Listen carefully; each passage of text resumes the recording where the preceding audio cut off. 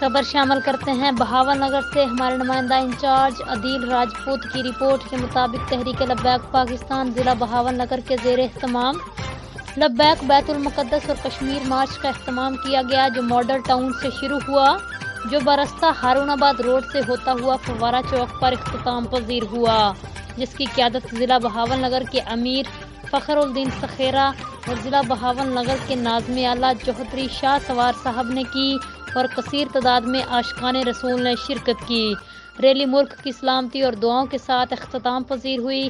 آخر میں میڈیا سے گفتگو کرتے ہوئے کہا کہ 75 سالوں سے کشمیر کے ساتھ ریلیوں میں یکجہتی کا اظہار کیا جاتا ہے۔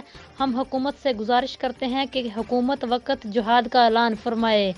جی ناظرین، مزید کسی بھی خبر اور اس کی اپڈیٹ کے لیے آپ دیکھتے رہیے PN نیوز۔